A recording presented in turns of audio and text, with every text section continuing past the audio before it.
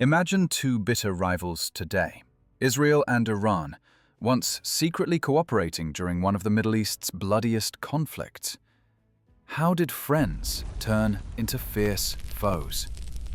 Let's unravel this intriguing historical puzzle together. In 1979, the Iranian Revolution swept across the country, radically reshaping its political and social landscape. One of the significant action was abolishing progressive legislation, notably the Family Protection Law enacted in 1967. This law had previously improved women's rights in marriage, divorce, and custody disputes, significantly elevating their status. By 1981, internal tensions surged. The Mujahideen-e-Khalq, a Marxist rebel group financially supported by the US, opposed Iran's revolutionary regime. Despite initial efforts, MEK faced severe government suppression. Defeated and exiled, they fled to Iraq, aligning themselves with Saddam Hussein to wage war against their own homeland. By June 1982, the geopolitical stakes escalated dramatically. The US and Israel approached Saddam Hussein with an intriguing offer: sever your Soviet ties, and we will supply you with advanced weapons and political support, provided you escalate your conflict against Iran.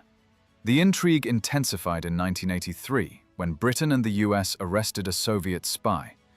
Crucially, Britain passed a secret list of Soviet agents inside Iran to Iranian authorities. This bold move had three strategic aims. First, eliminating leftist influence in Iran. Second, building trust with the new Iranian regime. And third, paving the way for arms deals.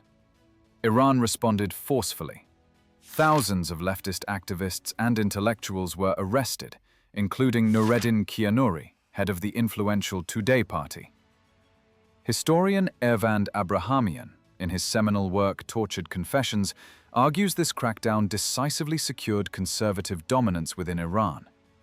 Amid this turmoil emerged a tangled web known as the Iran-Contra Affair. Remarkably, the US, with Israel as a crucial intermediary, secretly supplied weapons to Iran. But wait a second, wasn't the US also giving weapons to Iraq to fight Iran? This means the US supplied arms to both sides simultaneously. Profits from the arms sales to Iran secretly funded Contra rebels in Nicaragua, creating a vicious triangle fueling further geopolitical instability. Returning to the Iran-Iraq conflict, Israel's role was pivotal. They managed covert negotiations and arms transfers, showcasing stark pragmatism beneath public animosity. However, when the Iran-Iraq war ended in 1988, the covert alliance rapidly unraveled. With peace, Israel and the US no longer required Iran's clandestine support and effectively ended their partnership. Simultaneously, Tehran's leaders intensified their aggressive anti-Israel rhetoric, empowered Hezbollah in Lebanon, and openly targeted Israeli interests. In the 1990s, evidence emerged that Iran was pursuing nuclear technology, ostensibly for energy, but Israel suspected weaponization. Israel began lobbying the US and Europe to isolate Iran, effectively ending any residual back-channel ties.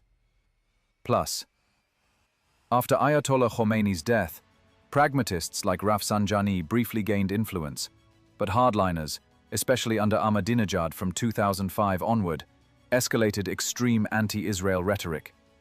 Statements like, "Israel must be wiped off the map," although misquoted, were reflective of the regime's ideology.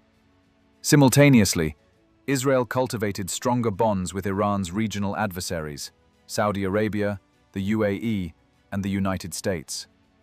In response, Iran intensified support for Hamas and Islamic Jihad, further deepening the divide. The bitter hostility between Israel and Iran today is rooted in a complex past of secret alliances and stark betrayals.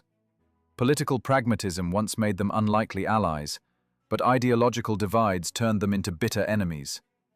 What insights can we draw from this tangled history? Could understanding this complicated past guide efforts to resolve today's deep-seated conflicts? Share your thoughts in the comments below.